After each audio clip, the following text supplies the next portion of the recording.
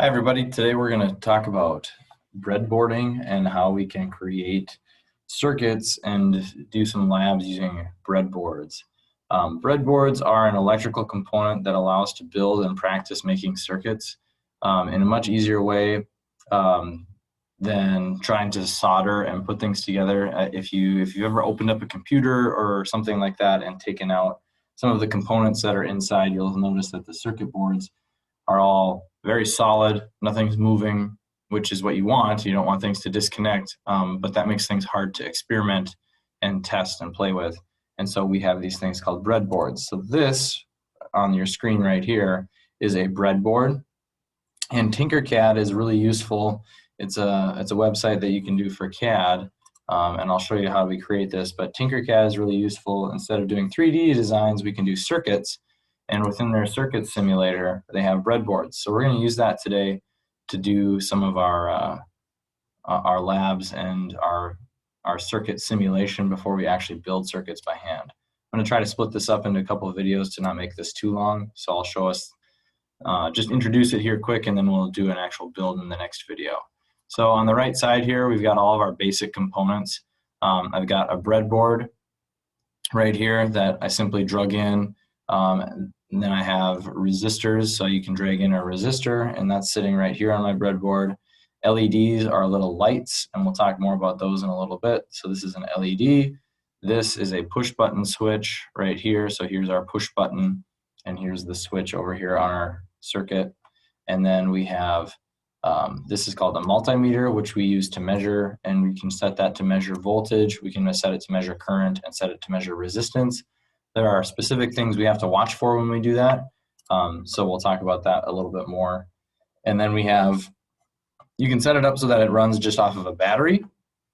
And you could normally do this, or you can set up basically an adjustable battery, and that would be this power supply that's right here. And that doesn't come in our basic components. So you actually would search power supply, and there it is right here. Here's your power supply. So how does a breadboard work?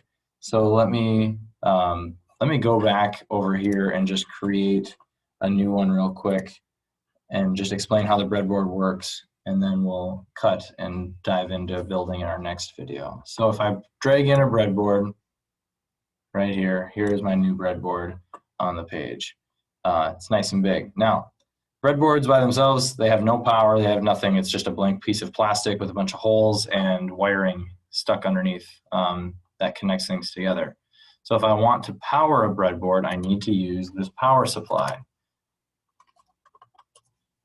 And so the power supply comes in here. And how this works, we'll eventually be setting our voltage to 9, and our current we can just set to 1. We just want to have a constant current. That doesn't matter at the moment. But how this works is we would bring power from here over to here, and our breadboard runs off of direct current, so this power supply would plug into the wall where we have alternating current, convert it to direct current, and that's the same as what comes out of a battery or something like that, and we can set our values. So a breadboard, if you look at when I hover over these, it works where this would be where my power comes in. This whole row here is connected, so anywhere I connect to this row puts power in all of these holes, and same with the negative. So the positive and negative is here.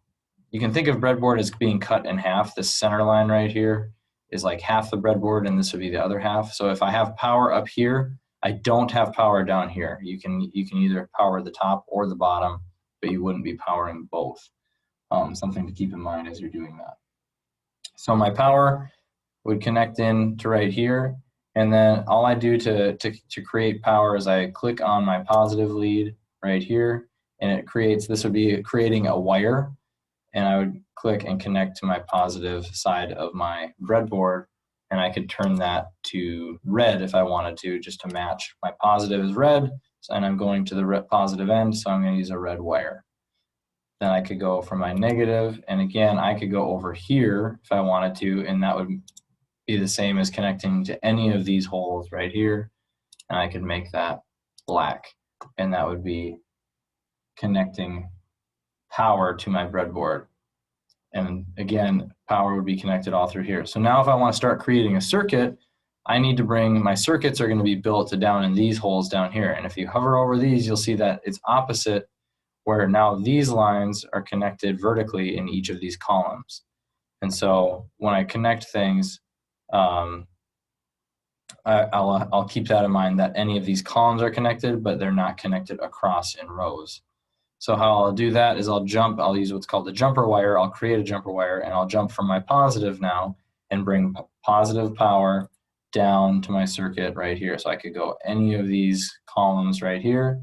So I'll bring power down, and now I've got power in column 1. And again, I like to turn this red just to keep things kind of simple, knowing that here's my positive lead coming down into here. And now if I click the X on my search here, I could start adding components and building my circuit. I'm going to cut the video there, and we'll talk about building the circuit more in the next video.